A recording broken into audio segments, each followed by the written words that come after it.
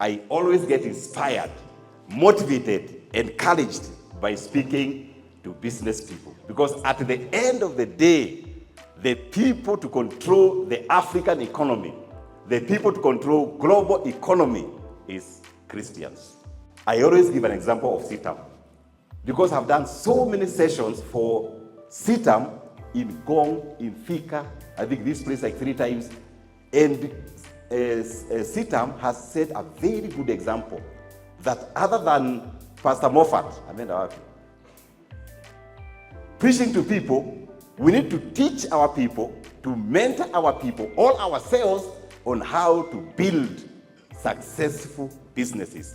And as the business people build their businesses, we also teach them to remain in church.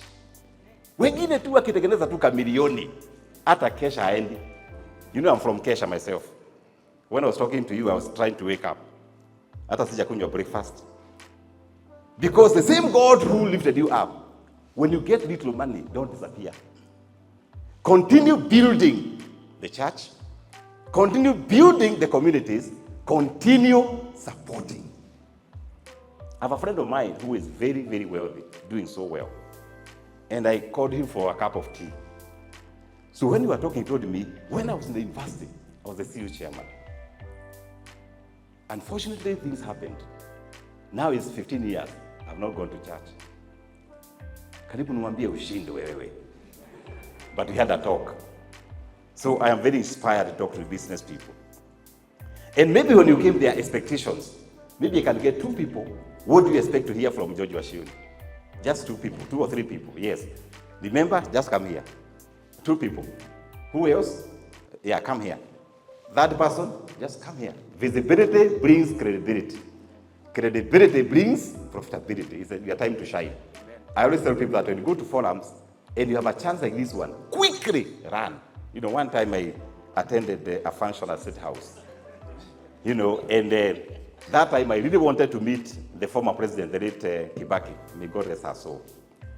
And that morning, I woke up, dressed up, put on a suit and a red tie. Very early in the morning. When I was going just at the door, my wife called me, come. Where are you going with wearing a red tie? Don't you know Kibaki is senior than you? I went back, put my green tie, the Optiven tie. When I went there, it was early. I found the whole tent was arranged. Red seats. Now, mimi, I believe, unless I'm serving in ushering, I don't sit at the back. Even in my church, I am always in the front. I went where I knew Kibaki is going to be here, and there were some seats here. I just sat there. So now bosses were coming. I saw KRA boss came, sat there. Commander sat there. Ministers sat there. I was there. So the seat I sat, Kupe, it was a seat of Gedu Muigai. So the commander came and akanipigia saruti. Pa! Excuse me, sir. I wanted to know, who are you? I looked at him and I advised that to the president. Wow. Nikaona saruti ingine. So when Gedu was coming slowly, alitafutiwa kiti. As it was looked at, akasongeshwa hapo. And I was where? There, next to KRA boss. Then Kibaki talked and asked anybody with a question. My hand was up. Yes, my name is George Washiuri. I am in real estate, Optiven Limited, and we are empowering people. We are creating 30,000 jobs by the year 2030. Your speech is going to inspire us as business people to do more and keep supporting government in paying our taxes. Once again, my name is George Washiuri. I'm a real estate mogul. I sat. After the event, people were greeting me. Where are you? What are you doing? And I got like 15 cards. Visibility brings credibility. Credibility brings profitability. It's your time to shine. Tell us what you do and what brought you here. Let's go. Thank you. Praise Jesus. My name is George Okita. I'm a professional website developer. I run a company called Sindosoft Limited. We deal with web hosting, domain registration, digital marketing, and web hosting as well. My name is George Okinda. In the same spirit, credibility brings profitability. I like it. Thank you for that. You are quite an inspiration. Your expectation this morning. Thank you. So my expectation today is, what is your take on taking loans? How would you address it? And especially the word of God clearly says that borrower is a slave to the lender. Oh my goodness. Nagina, I keep those questions with you. Tumpigie makofi jameni. Thank you so much for your boldness. You can have a seat. Yeah, you can have a seat. Yes, madam. Good morning. Good morning. And praise Jesus. Amen. My name is Susan. Susan. Yes, the other name I call myself Susan LeBron. I'm looking forward to be a marketer in different companies. But as for now, I'm an assistant administrator at Lima College, Zome campus, and Nairobi campus. And we offer various courses. We have hospitality, we have adult education in KCSE and IGCSE. We have business courses. For more information, visit our website, www.limacollege.ac.ke. My expectations from you, on my way to work at Zome, every day, sikosaki one of your employee akishuka gari. Hallelujah. So I always look at and I ask myself, how much resilience did you endure as a Christian? And at the same time you're in the marketplace, how did you ulifanyaje? How was the experience? And what would you advise? I always look forward to be in the marketplace. What would you advise in terms of struggles and to be the resilience? And to be in the path, but you're resilient. How would you advise this? Wow, fantastic. Let's say your name again. You say your name twice. Susan. Yeah, you tell them your name twice, Susan.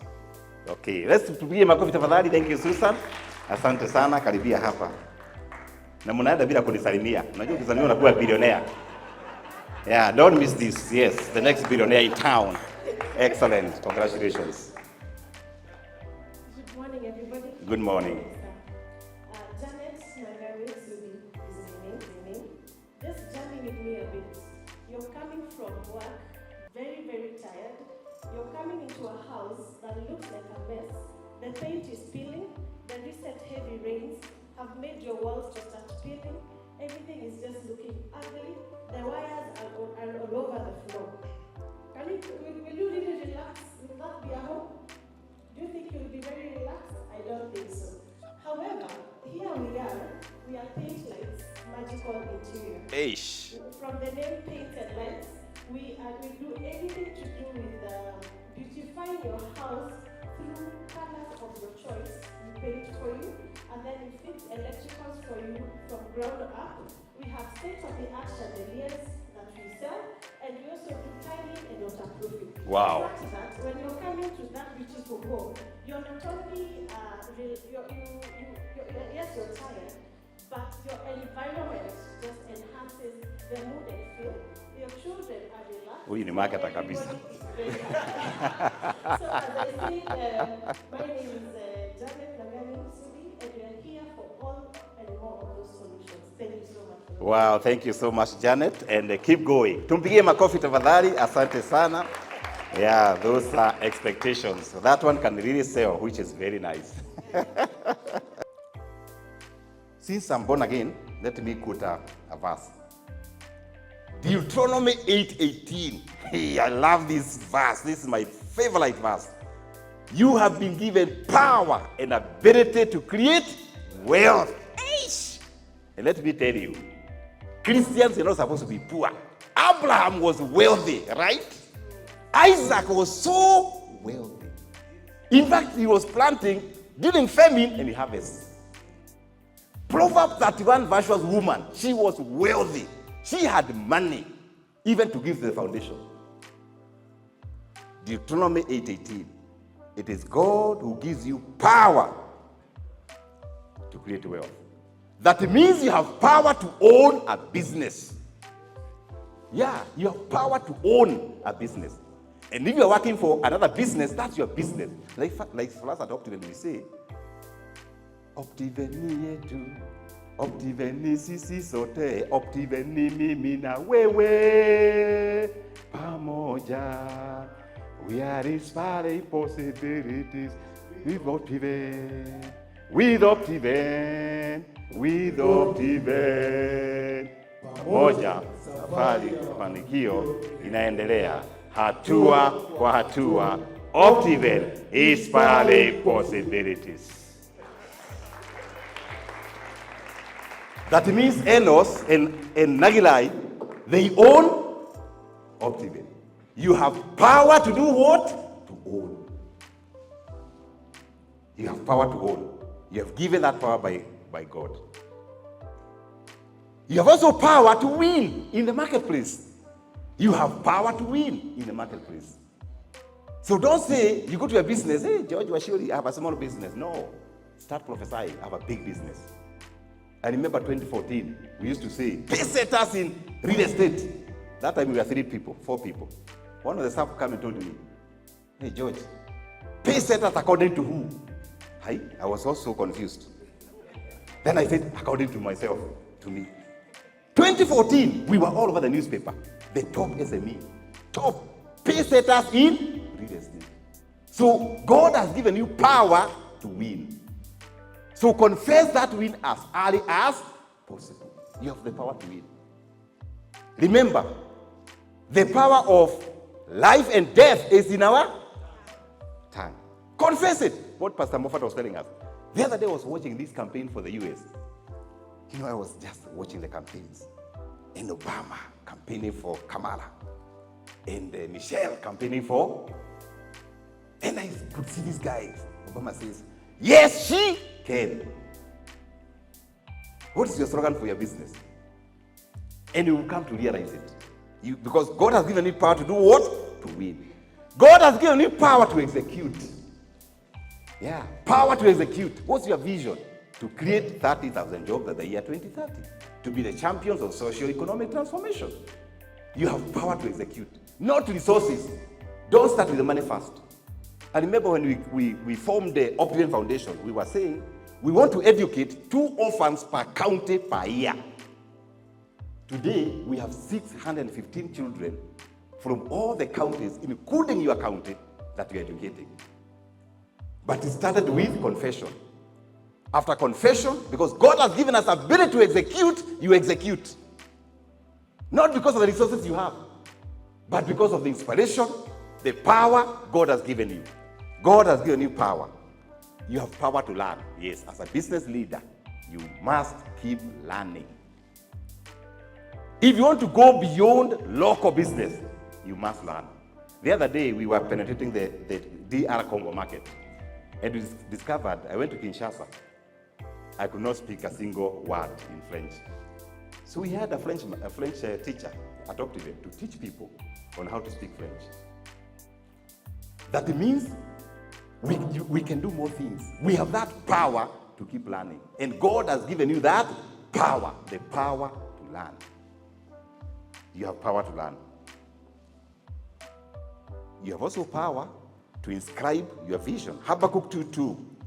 Write your vision in big letters. Put it in that office. What's your vision? What drives you? For us at Optiven, we say to be the champions of socio-economic transformation. Social is social work. Economic, job creation. But you, as a leader, you must also teach and mentor your teams that you're working with to buy the vision. Yeah. For Optiven, it's mandatory. You must know the vision within 3 days of hiring. Must. It's a must. I'll meet you in the corridor. I'll ask you, Enos, what's your vision? Chapa, mbiu. Hii ni practical. My vision is to settle all Kenyans. But if you give me 5 minutes, no, later. These guys are lethal. They can take over. These guys, they can take over, Peter. This one. Kwanza this one. This one is dangerous. He's asking for 5 minutes to pitch.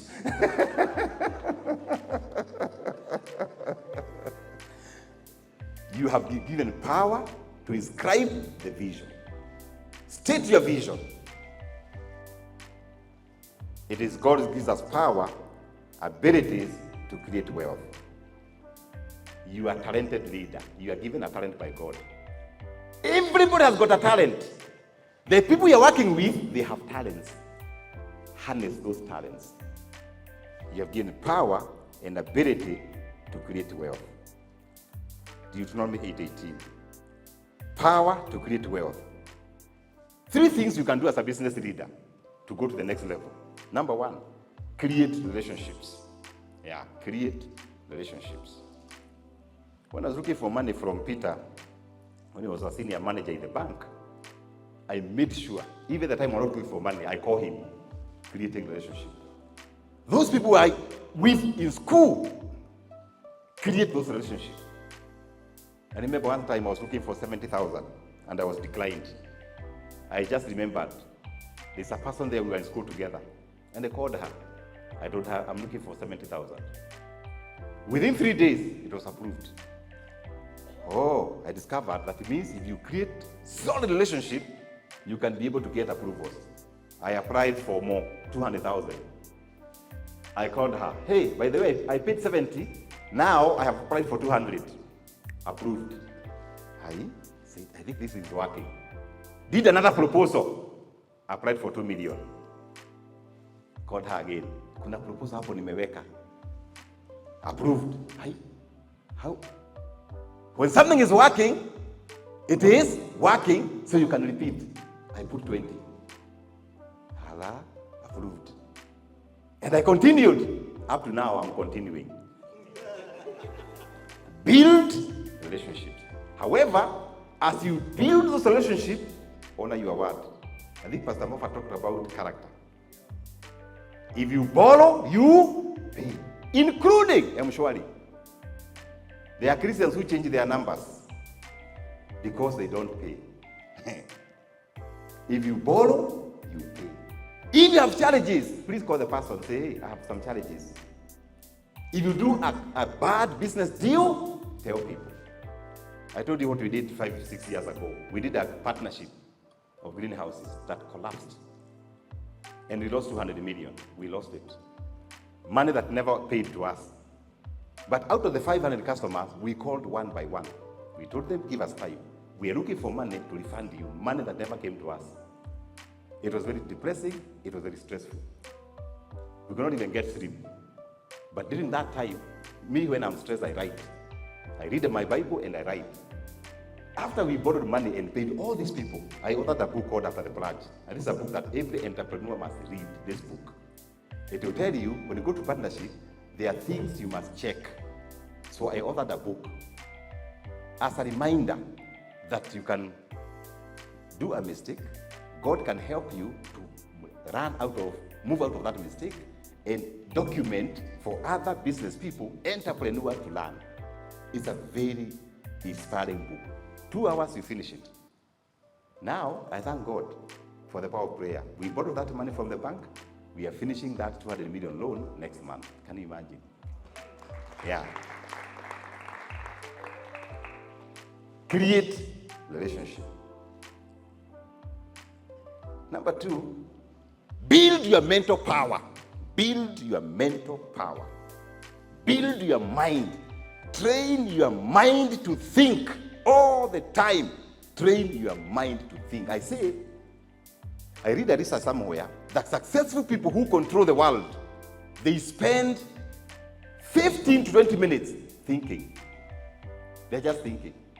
Look for a seat, call it a thinking seat. And you are dreaming about your business.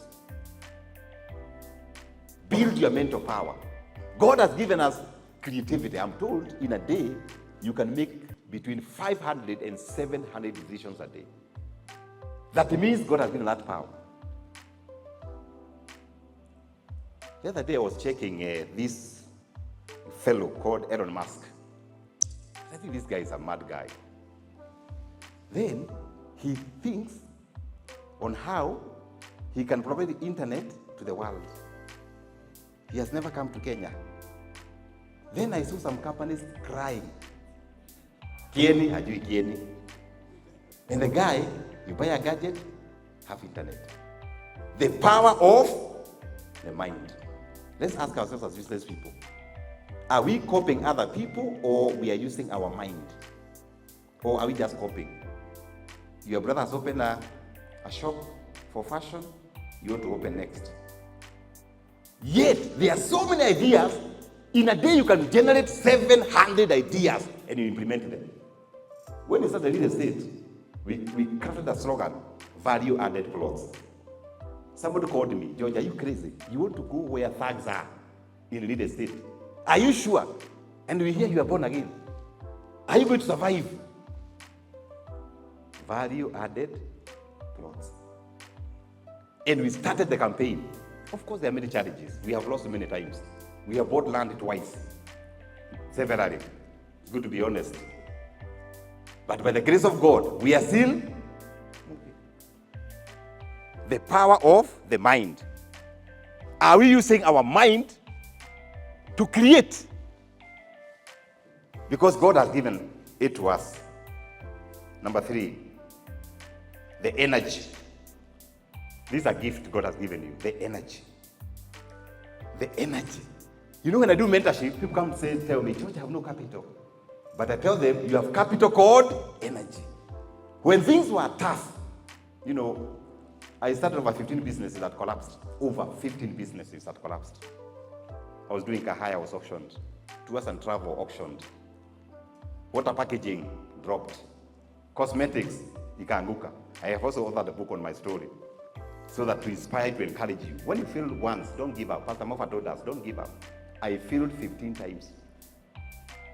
And this is a total failure, whereby you close the office, you go to Uhuru Park with your Bible, a notebook and a pen, you have no money, you are used to money, you have nothing, you have zero. And that's how foundation was born. I told God, if you restore me, number 1, I'll be supporting ministry. Number 2, I'll be supporting communities. Number 3, I'll never be proud. 1 year, una kazi, no job, no business. And I say it because I know entrepreneurs, business people face the same challenges. I'll author a book called Soaring Like an Eagle. People who have read this book, they have been encouraged, inspired, motivated, energized. The fellows talking to you here have seen it all. I remember those days. I lost all the friends. I had only 3 friends, God, my pastor, and my wife. Life was tough. Not 1 month, not 2 months, 1 year. In fact, I told God I'll never do a business again. And I started crafting my CV. And I applied for so many jobs. There was no response, even regret. And that's where the idea of creating jobs came in. I told God, if I get an opportunity, I'll be creating opportunities for people. That's why we are crazy about job creation. We just want to create jobs. And that's why one time we said, real estate may not create all these jobs, but hospitality, theme park, like Kitengela. I remember the time we opened Kitengela GMC, we created 250 jobs. We opened Karen, Eagle Pickup, we created 70 jobs. The other day we opened Waterfront, GMC Waterfront, African cuisine, 50 jobs. We are opening Nanyuki, the biggest theme park, Disney of Nanyuki, on 20-acre development. We are going to hire 1,000 people. Why? I know the pain of lacking a job. Huna rafiki, huna kapesa. Of course, unaomba, unasikia kama maombi haiendi. That's why you need a pastor's number. I used to call my pastor, pray for me. Just pray for me. Pray for me. Then I said, I'll write a book to inspire people. This is a book you read. If you don't shed a tear, you must be a brother or a sister of Hitler. This one. It's a very inspiring book. Very inspiring book. And you can read it in 2 hours. 2 hours. And many people, many dreams have been resuscitated by reading that book. Say, hey, if George did it, I can do it. When I do mentorship, I handle a lot of people who have failed. And I inspire them. One of the guys who came and told me, George, business is not me. I am not carved for business. Nikamuuliza, what are you doing? And he counted 7 businesses he was doing. I asked him, what can you do for free? He told me printing. I told him, drop all other 6. Do printing.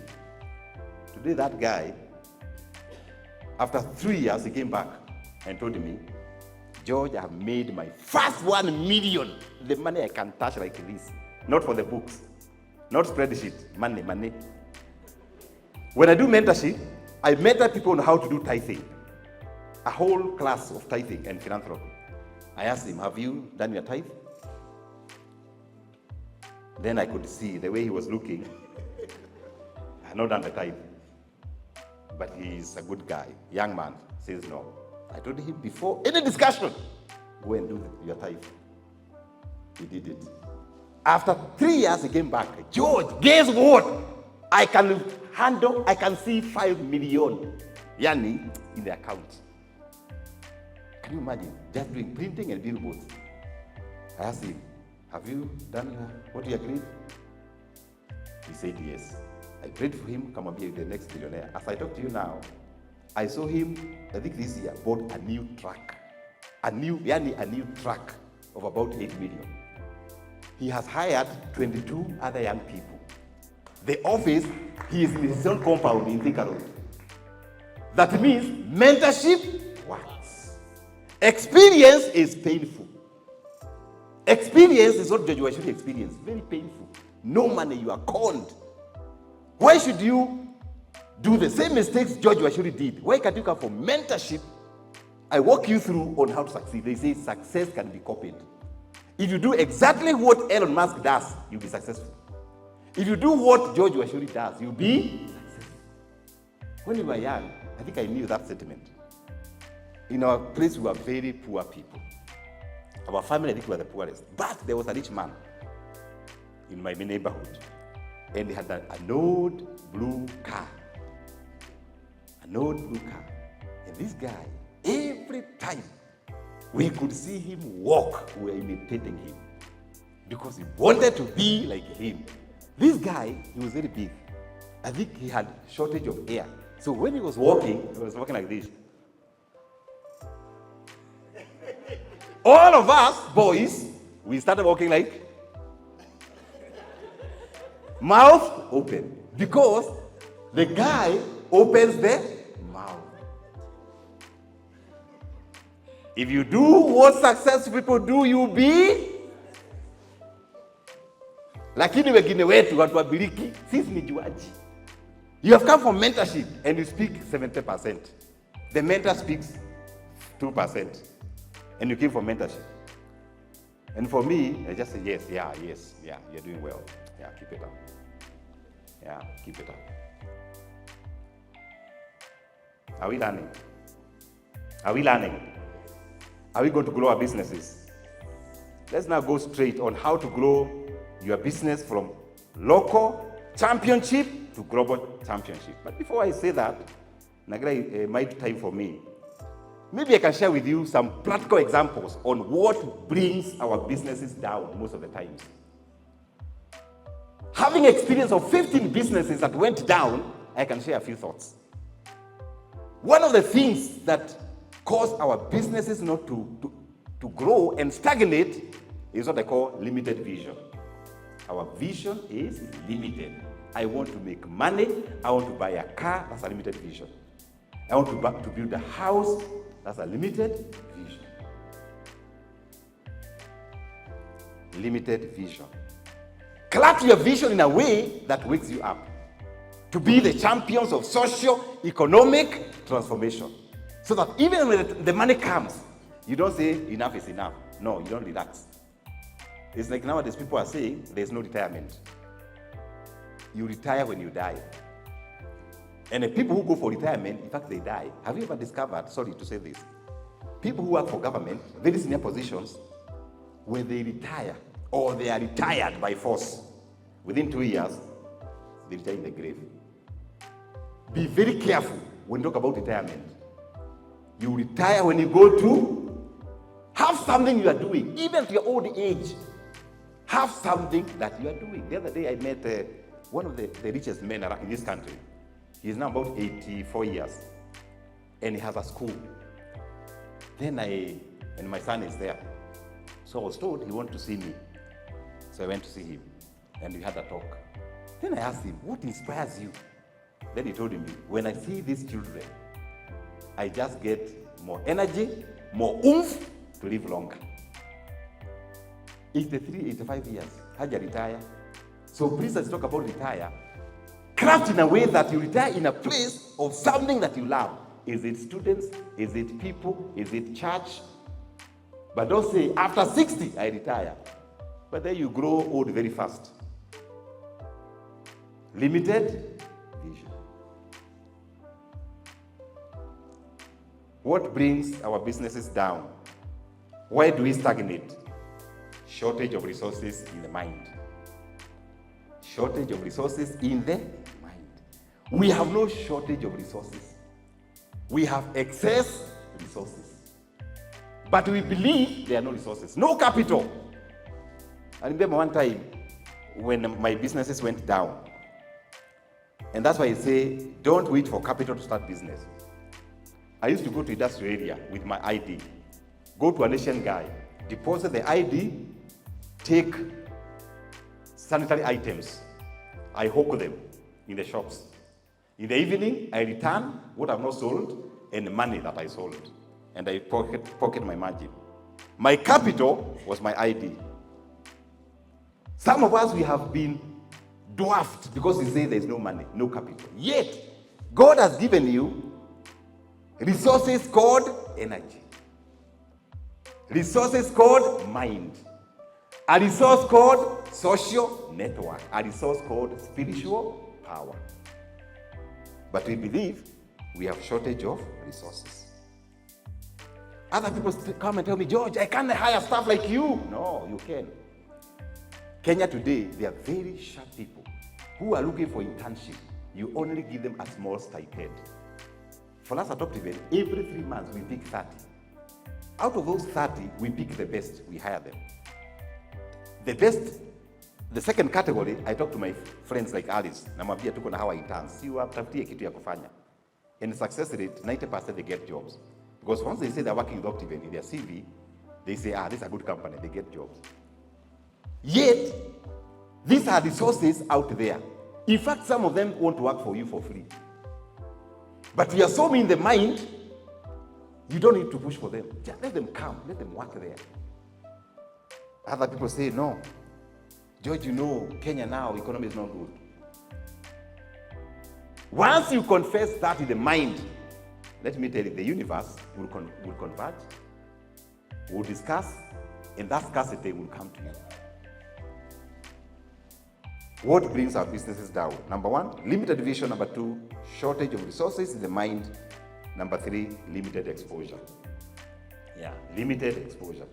Sometimes I go to my county in Nyeri, and there are some businesses I used to see when I was a very young guy.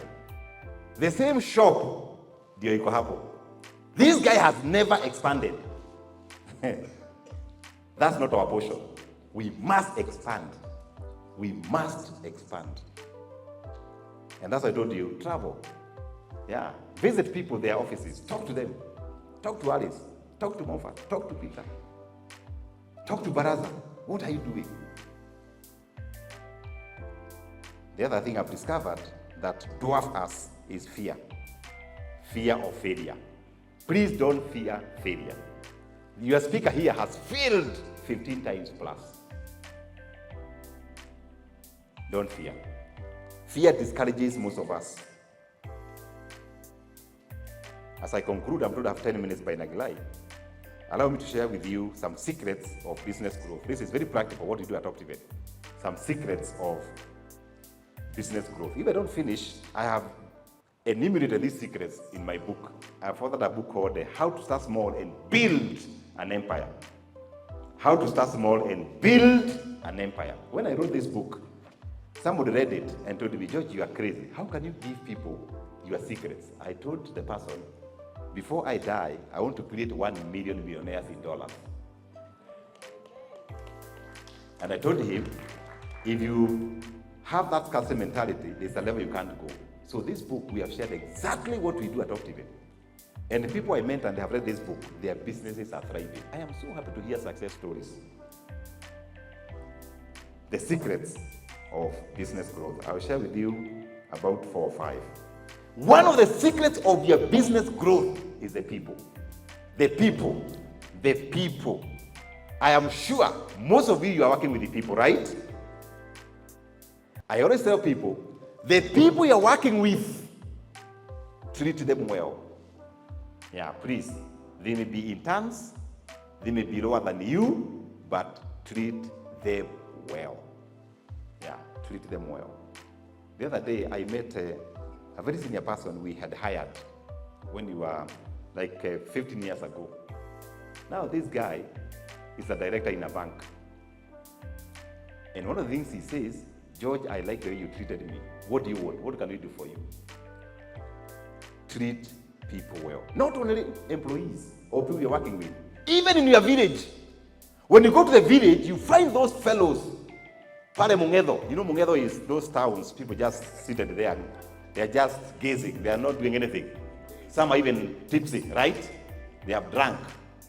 Even those people lower it's called the window of your car, greet them. Have some 50 bob, 100, give them. Remember, when you treat them well, those are the people, when you die, they will bury you. When we die, especially Nairobians, tunaendaga na maji. Yeah, tuko na road trip. Ni nini? Road trip. When you are lowered, Nairobians are there under trees. Some of them don't even put the soil on you. The guys who are very hardworking with shovels. Mongedo guys. So when you go to your village, please treat these people well. Mimi nikienda Geshagi na kuaga na 150 bob. Hey, habari zenu jeshi. Hey, mko sawa? Mkunywe soda. Ile soda utakunywa is your business. I'm not there. Treat people well in your families. Those who are married, treat your children, your spouse well. The same good words you use when you're talking to your boss. Please, excuse me, thank you, sorry. Use them in your house. And I'm not teaching you what I don't do. That's what I do. I've been married for 23 years. You have never fought with my wife. Neither nail by mouth. We are friends. Yeah, we are friends all those years. We are friends. Even this morning, because I was a bit sleepy after kesha, aliamuka, kanitolea koti, kasema wewe vaa hii ni mzuri, kiatu toa hiyo, weka hii mshipi sio mzuri, weka hii. You treat people well. On your social media, don't be so aggressive. Yeah. You know, the other day we were doing some interviews for very senior positions at Optiven. And as we usually check your social media, what you post. The top guy, we went to the social media. What we saw there, we said, no, this one is not meant for Optiven. This one needs mentorship.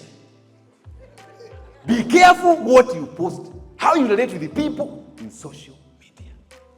Those WhatsApp groups. By the way, we have I'm a D33, I'm a Kabete guy, so we have a group. My wife is a Kabete lady, she has a group. There's a lady we are really targeting to join Optiven. She was in Kabete. But her posting in the WhatsApp group, huyu ni sumu. Even those estate groups, be very careful. Watch your negativity. Because that group, they are your customers. They are business partners of the future. They are bankers. They are pastors there. Be careful what you post. For me, I'm not an exception. Sometimes you feel agitated. I'm going to support these guys. I'll post something against the government. One time I posted. Then I have a very little PA. Baya sana. And I delete. This guy deletes my messages.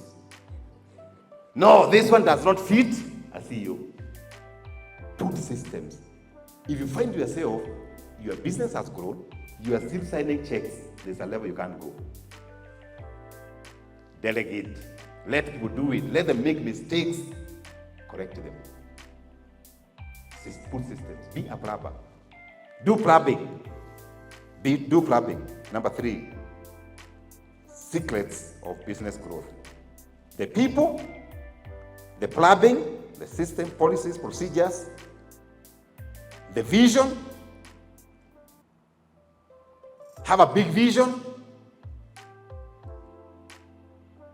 like the one for Optiven, creating 30,000 jobs. Crazy one. Now we have another one, to be in 20 African countries by the year 2041. Can you imagine? To be in 20 African countries. A vision that moves you. The 7 secrets of business growth. The people, the systems, a big vision, reliability and honesty. Reliability and honesty. Can people vouch for you? Yeah. Mistakes will come. But how do you handle those mistakes? Scandals will come. How will you handle? I told you how we handled our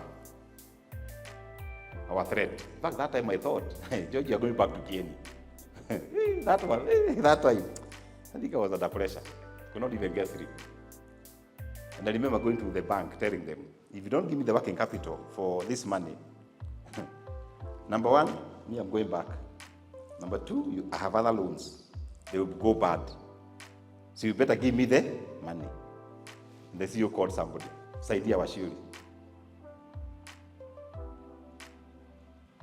Challenges will come. But are you reliable? Are you honest? Let me tell you why Optiven is number one in real estate. It's basically people buy honesty. Yeah.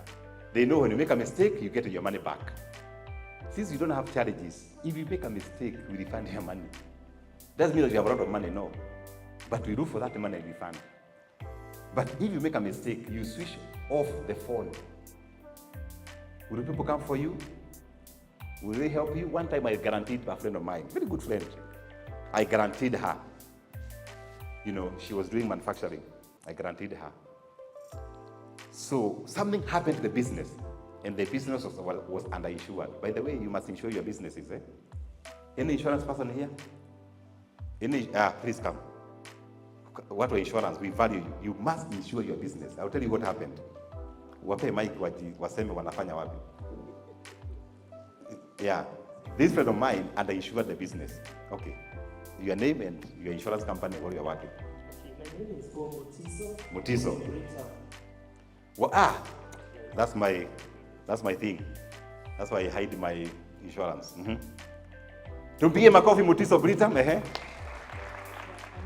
Mary Okero. I'm from AWI, a financial coach and an executive executive. Thank you. Tumpige makofi. Wow, Liberty, I know you. I think we are partnering with you at Optiven. Morning. My name is Lina Okran. I see Lion selling life insurance. Can you imagine life insurance? Asante sana. Hey, you guys, you are the best. Praise God. Yeah. My name is Krishna Kohaki. I'm in ICM National Tuwapigie makofi jameni. Let me tell you about insurance. Asanteni sana. So this friend of mine had insured. Guess what? I was a guarantor. Man, nilisukumwa. And the insurance paid half was not paid. I think the company lost about 150 million. And we were two guarantors. So, nikachapwa bill ya 42 million. Yeah, this is my friend, right? But the issue of honesty are very important. This guy told me, I'll give you my 2 houses, but pay for me this money. Honesty. That honesty, I was able to introduce her to another business. Now she is thriving. But my thing is, every time you do business, ensure you are insured. Some of you, even kitu ya mtoto tu ya shule. It's called school what? What wa insurance?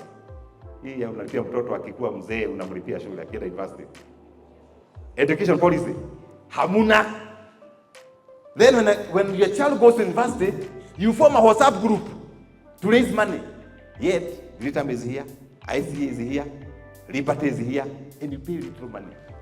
Enos, simalipia wako, insurance. Wote. I teach them how to be careful, to manage this. Your business, please don't do a business without an insurance. The cars you are driving, please insure them. I have a friend of mine who caused an accident, and somebody went to be with the Lord. Right now, the liability is almost 10 million. Lack of insurance. Then you are driving a car without. Please, let's be serious. Are we together? Let's be serious as business people. Reliability and honesty. That's a currency. However, be very careful when you do business. Don't just give people things without contract. Yeah, a friend of mine started microfinance and gave people money. I know Enos. 10,000. I know so and so. 100,000. Then he closed. People never paid. Do you have a security? Zero. Do you have a contract? No. Hata brother yake alimpatia 2 million akaenda nayo. The brother, real brother, yani kuzaliwa pamoja. Maybe that's a story of another day. Reliability and honesty.